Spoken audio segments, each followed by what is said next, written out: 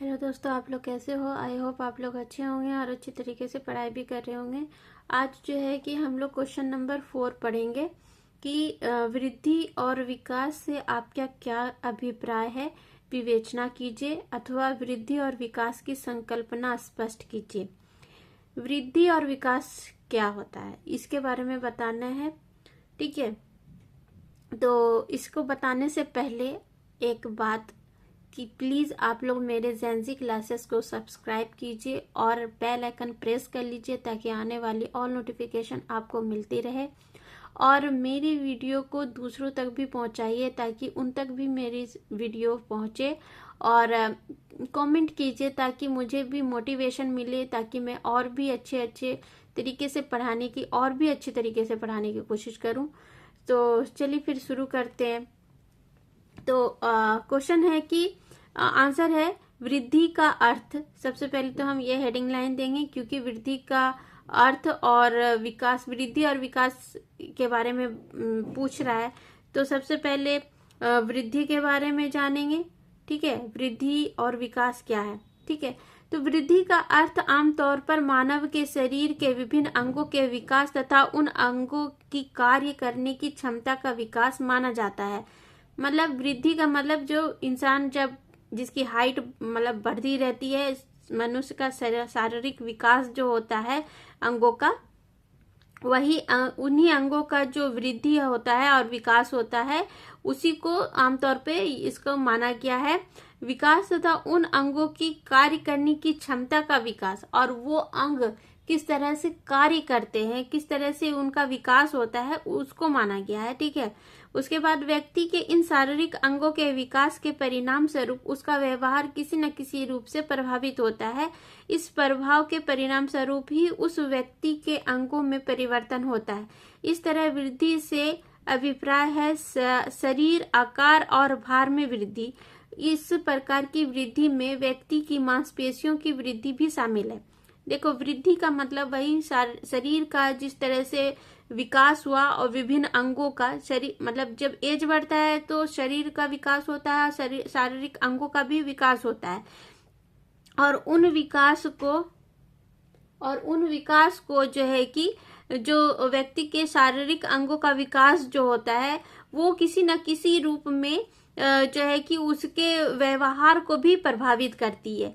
ठीक है, इसके वजह से उसके जिस तरह से उसके अंग में परिवर्तन आएगा, ठीक है, उसी तरह से उसके व्यवहार में भी परिवर्तन आता है।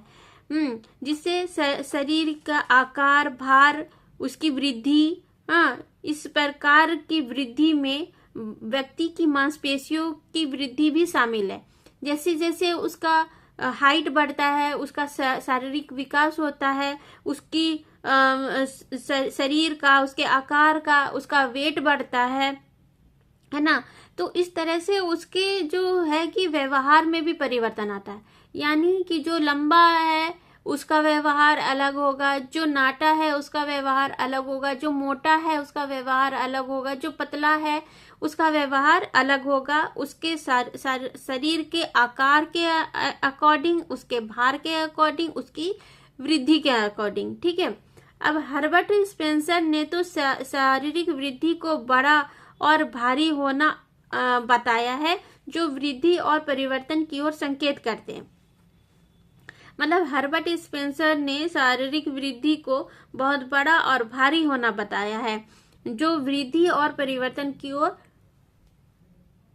संकेत करते हैं। ठीक है, यानी कि उन्होंने माना है कि जो शारीरिक वृद्धि होती है वो व्यक्ति के व्यवहार को जो है कि उसमें बढ़ोतरी लाती है। कभी उसकी वृद्धि जो होती है वो शरीर को उन्होंने माना है कि बड़ा और भारी माना है। ठीक है, अब देखो क्या है कि एच.वी. मेरीडिथ के अनुसार वृद्धि और विकास का पहला प्रमाण मानव के आकार में परिवर्तन का आना है। दूसरा प्रमाण मतलब क्या है, इनके अनुसार जो मानव के वृद्धि और विकास में पहला प्रमाण आता है वो मानव के आकार में परिवर्तन आता है, उसकी आकृति परिवर्तित होती है। ठीक है, यानी कि जब छोटा छोटा हाथ रहता है, छोटा छोटा पैर रहता है, वो बड़ा होते होते धीरे धीरे उसके मांसपेशियां बढ़ती रहती है, उसके शारीरिक विकास होता रहता है। ठीक है। और फिर दूसरा परिमाण की संख्या यह है कि 2 कोशिकाओं के मिलने से कई कोशिकाओं वाला मानव जन्म लेता है। हमारे अंदर बहुत सारी कोशिकाएं हैं और उन सब कोशिकाओं के मिलने से एक मानव का जन्म होता है, ये तो हम जानते हैं। फिर तीसरा परिमाण ये माना है कि मानव की हड्डियों में भी परिवर्तन आता है। ठीक है। हड्डी, बहुत सारी हड्डियां मिल करके फिर धीरे धीरे जुड़ने लगती है और बड़ी होने लगती है। ठीक है। तो तीसरा परिमाण हड्डी को माना है। चौथा परिमाण हृदय, आंतड़ियों और अन्य अंगों के कारणों और स्थिति में परिवर्तन होना है। मतलब चौथा अंग हृदय में भी परिवर्तन आता है, आंतड़ियों में परिवर्तन आता है और अन्य अंग जितने भी और बाकी अंग बचे हुए हैं उन सब के अंगों के कोनों और स्थितियों में भी परिवर्तन होता है। ठीक है। तो पांचवा परिमाण है सापेक्षिक आकार में परिवर्तन, अर्थात सिर टांगों की अपेक्षा छोटा हो जाता है। ठीक है। सिर और टांग तो इतना लंबा होता है, सिर छोटा हो जाता है ना। तो पांचवा है कि आकार में परिवर्तन आता है, जैसे कि सिर पैर से छोटा हो जाता है, टांगों की अपेक्षा सिर क्या हो जाता है, छोटा हो जाता है। सापेक्ष में वृद्धि और विकास के 5 परिमाण हुए, आकार, संख्या, प्रकार, स्थिति तथा सापेक्ष आकार। इस तरह से जो है कि जो वृद्धि इंसान की होती है जन्म से लेकर करके जितना तक के उसके अंदर वृद्धि आकार में होता है, शरीर में परिवर्तन आता है, वो 5 प्रकार से होता है। और ये 5 प्रकार है आकार, संख्या, प्रकार, स्थिति तथा सापेक्ष आकार। ठीक है। जैसा कि हमें मालूम है कि मानव की वृद्धि निषेचित अंग में विभाजन के परिणाम होती है। विभाजित निषेचित अंग ही भ्रूण बनता है तथा उसकी कोशिकाओं में वृद्धि से ही मानव शरीर में वृद्धि होती है। वृद्धि तथा शारीरिक वृद्धि निरंतर नहीं होती, इसकी गति एक जैसी नहीं होती है। वृद्धि की गति में परिवर्तन आते रहते हैं, किसी विशेष समय तक वृद्धि होती रहती है तथा उसके पश्चात यह वृद्धि रुक जाती है। जैसा कि कहा अभी कि जब तक के इंसान का जो हाइट है और वेट है, मतलब हाइट बढ़ता रहता है, जब तक कि हाइट बढ़ने का होता है तभी उसके अंदर उसके शरीर में परिवर्तन आता रहता है, बहुत सारा परिवर्तन आता है। ठीक है। और ये एक निश्चित समय तक होता है। हाइट एक समय आने के बाद रुक जाता है और जितना उसको बढ़ना होता है, लंबा होना होता है, उतना हो करके वो रुक जाता है। उसके बाद फिर उसकी हाइट नहीं बढ़ती है। ठीक है। उसी तरह से जो है कि जब ये वृद्धि रुक जाती है, ठीक है, तब उसके आकार में जितना परिवर्तन होता रहता है वो हो चुका होता है। ठीक है। उसका शारीरिक विकास हो चुका होता है। ठीक है। उसका मानसिक, उसका भौतिक विकास हो जाता है। और हम ये जानते हैं कि जो वृद्धि है वो निषेचित अंड में विभाजन के परिणाम स्वरूप होता है और ये निषेचित अंड ही भ्रूण कहलाते हैं। भ्रूण के अंदर ही ये सारी चीजें होती हैं। बच्चा छोटे से चीज से एक बड़ा शरीर बन करके जन्म लेता है, मतलब कि एक बच्चा बन जाता है ना। ये छोटा सा जो निषेचित अंड है ये भ्रूण बन करके ही कोशिकाओं में वृद्धि हो जाता है और मानव शरीर विकसित हो जाता है। ठीक है। और ये वृद्धि तथा शारीरिक वृद्धि निरंतर नहीं होती, हमेशा बढ़ता नहीं रहता है। एक निश्चित समय अंतराल आने के बाद ये वृद्धि जो है कि रुक जाती है। ठीक है। उसके बाद फिर है कि किसी विशेष समय तक वृद्धि होती है तथा इसके पश्चात यह वृद्धि क्या होती है कि रुक जाती है। ठीक है।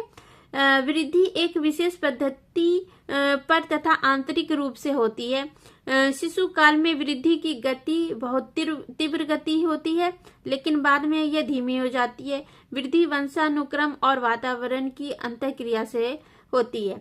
देखो, एक जो शिशु की वृद्धि होती है एक निश्चित अंतराल तक होती है और फिर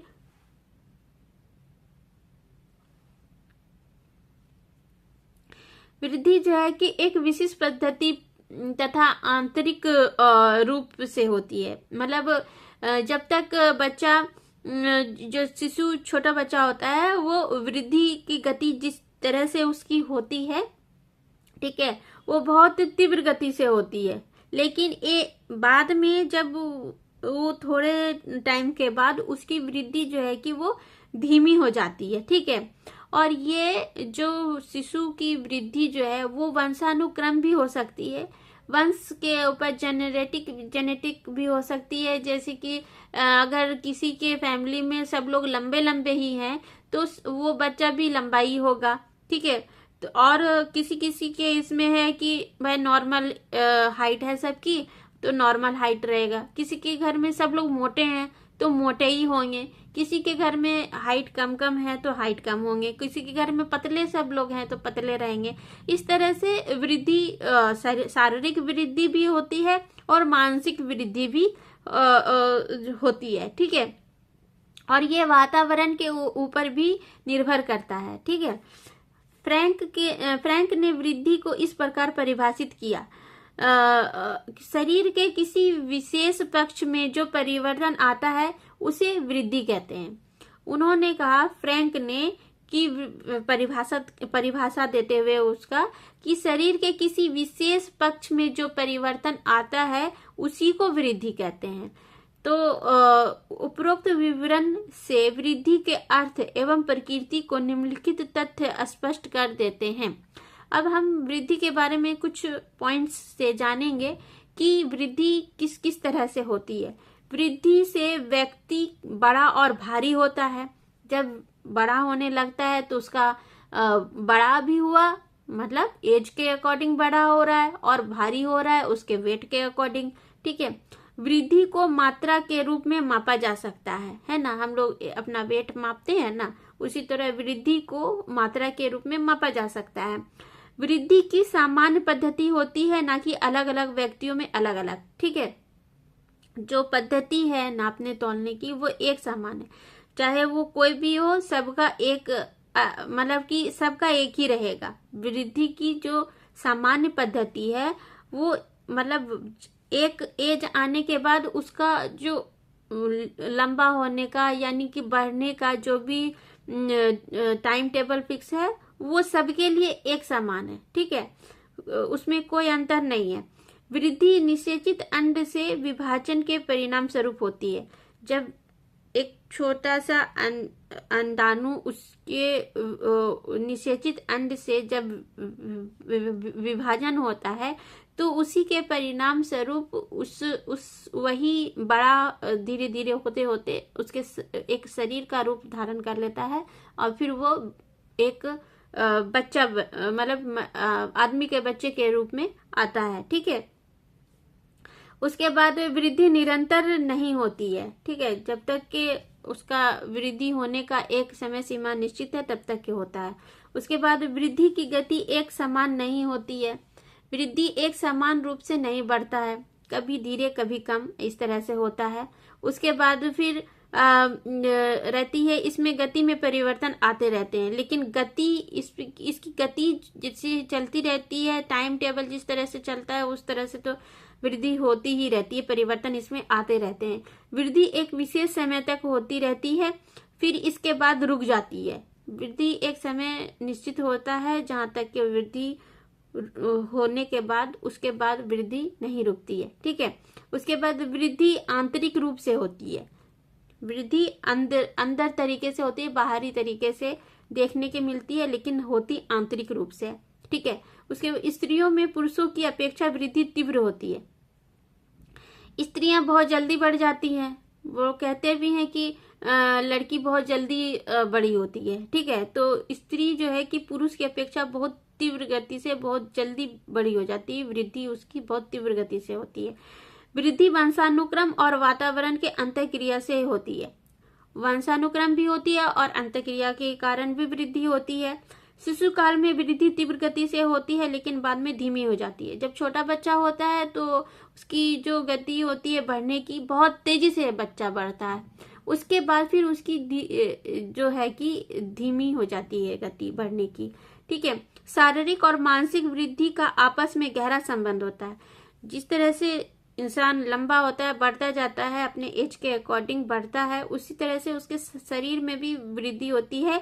और मानसिक वृद्धि का शारीरिक और मानसिक वृद्धि का एक दूसरे से बहुत गहरा संबंध है।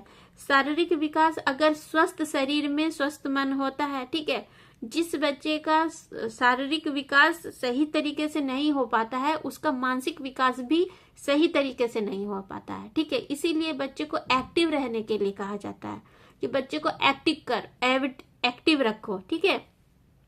इसी से बच्चे का मानसिक विकास भी होगा। जब शारीरिक विकास होगा, जो बच्चा नॉटी होता है उसको देखो कि उसका मानसिक विकास बहुत अच्छा होता है, और जो बच्चा थोड़ा सुस्त टाइप का होता है उसका मानसिक विकास सही से नहीं होता है, ठीक है। तो शारीरिक विकास और मानसिक विकास में बहुत गहरा संबंध है, ठीक है। अब 8 नंबर पॉइंट है कि जब कद में वृद्धि होती है तो भार कम हो जाता है। जब हाइट बढ़ती है तो भार कम हो जाता है। जब लंबा होने लगता है ना आदमी तो पतला हो जाता है ना, और पतला होने के बाद भार कम हो जाता है क्योंकि हड्डी बढ़ जाती है। हड्डी की लंबाई बढ़ने लगती है तो भार, मांसपेशी जो होता है शरीर का वो कम हो जाता है, इसके वजह से भार कम हो जाता है। उसके बाद 9 नंबर पॉइंट है कि स्वस्थ और भोजन शारीरिक और मानसिक वृद्धि को प्रभावित करते हैं। स्वास्थ्य और भोजन शारीरिक और मानसिक वृद्धि को प्रभावित करते हैं। वही अभी कहा ना कि जो स्वस्थ शरीर में स्वस्थ मन का विकास होता है, उसी तरह अगर स्वस्थ खाना पीना मिलेगा तो शरीर भी स्वस्थ रहेगा और मानसिक वृद्धि भी होगी, ठीक है। उसके बाद शारीरिक वृद्धि को देखना मानसिक वृद्धि की अपेक्षा सरल होता है। जब हम क्या करते हैं, हम बच्चे को बढ़ते हुए देख सकते हैं, लेकिन उसका दिमाग किस तरह से बढ़ रहा है इसकी तेजी को हम लोग नहीं देख सकते हैं, ठीक है।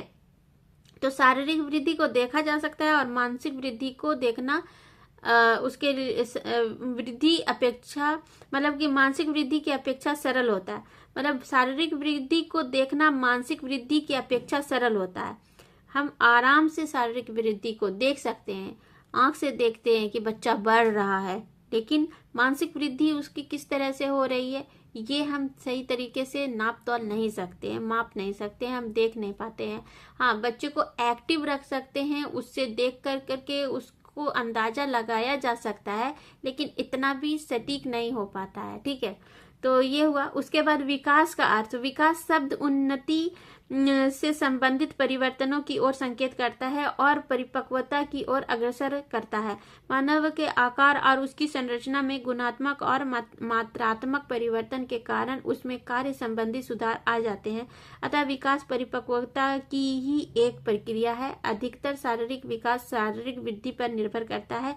वृद्धि और विकास के इस बुनियादी संबंध के कारण वृद्धि और विकास शब्दों को एक दूसरे के लिए प्रयोग किया जाता है। देखो, विकास का अर्थ क्या हुआ, ये तो हम वृद्धि का अर्थ समझ में आया।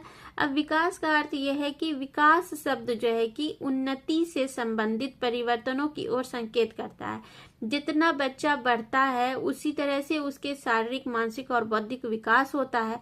ये सारी चीजें विकास के तौर पर आती है, ठीक है। जब बच्चा और ये चीज जो है कि परिपक्वता की ओर अग्रसर है, जब बच्चा बढ़ने लगता है, परिपक्व होने लगता है, तब मानव के आकार और उसकी संरचना में गुणात्मक और मात्रात्मक परिवर्तन के कारण उसमें कार्य संबंधी सुधार आ जाते हैं।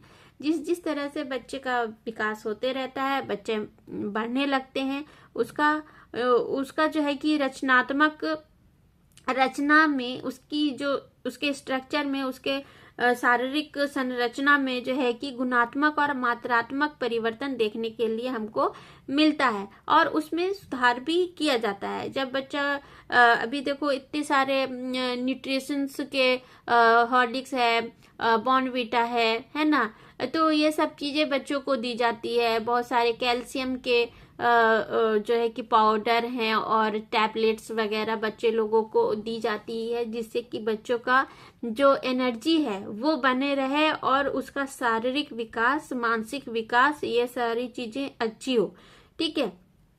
अतः विकास परिपक्वता की ही एक प्रक्रिया है। जब बच्चा मैच्योर होने लगता है तभी तो विकासशील कहलाएगा।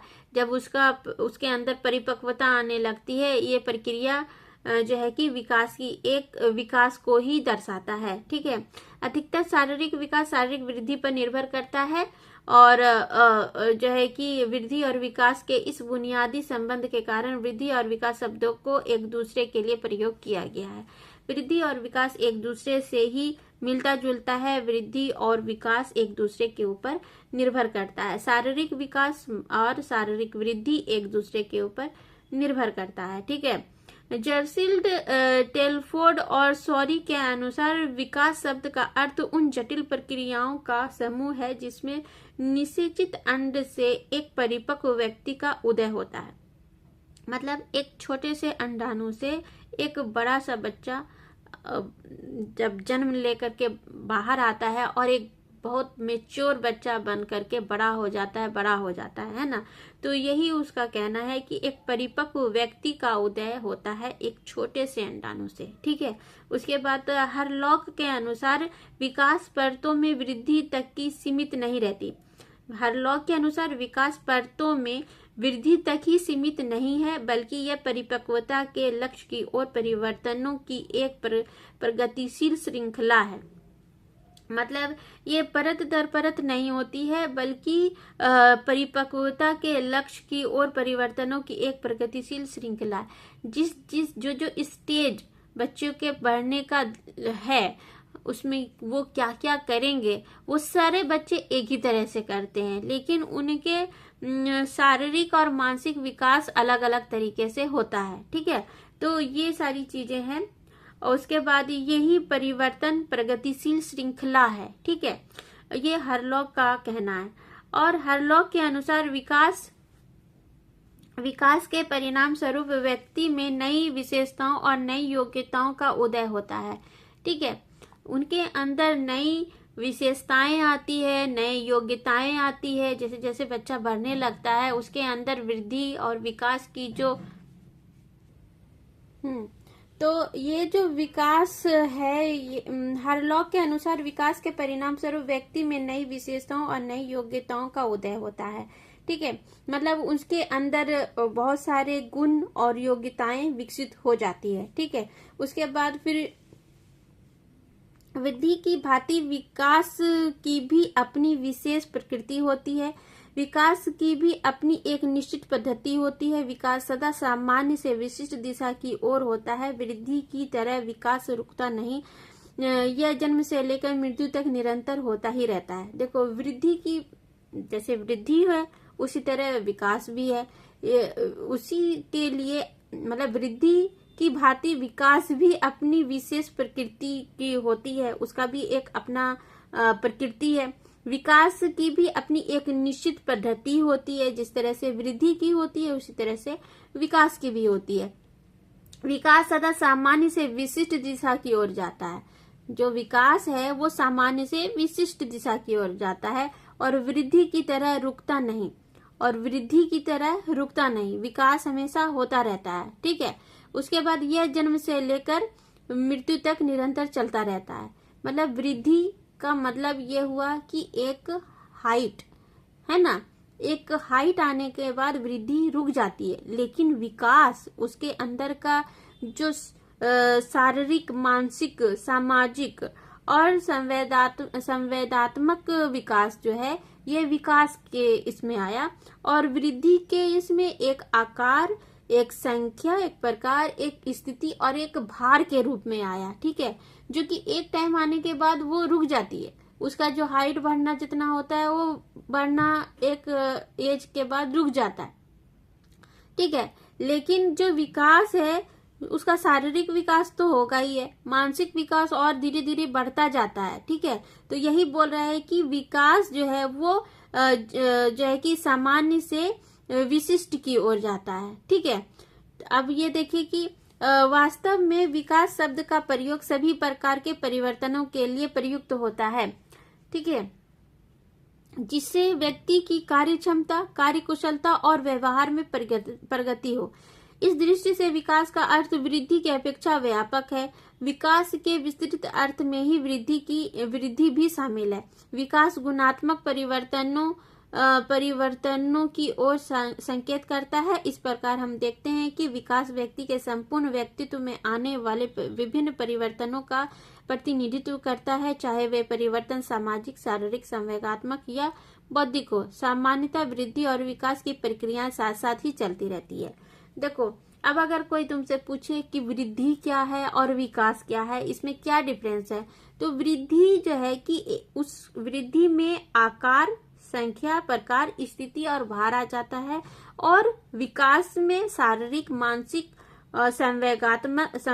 संवेदात्मक और सामाजिक परिवर्तन जितने भी होते हैं वो सारे कुछ आते हैं। ठीक है, और इस तरह से विकास और जो वृद्धि है वो एक दूसरे के साथ मिल करके आगे बढ़ते हैं और व्यक्ति का वृद्धि और विकास होता है। ठीक है, सामान्यतः वृद्धि और विकास की प्रक्रिया साथ साथ ही चलती है। इस प्रकार वृद्धि की प्रक्रिया निम्न तथ्यों से स्पष्ट होती है। क्या कि पहला पॉइंट है कि इस प्रकार की प्रकृति निम्न तथ्यों से स्पष्ट हो जाती है। पहला है कि विकास की निश्चित पद्धति होती है। ठीक है, विकास की निश्चित पद्धति होती है। और दूसरा पॉइंट है कि विकास सामान्य से विशिष्ट दिशा की ओर होता है ना। सामान्य से विशिष्ट दिशा की मतलब कि छोटा बच्चा है, उसके अंदर शारीरिक विकास अभी कम है, धीरे धीरे जैसे जैसे बढ़ता रहता है उसका विकास भी बढ़ने लगता है।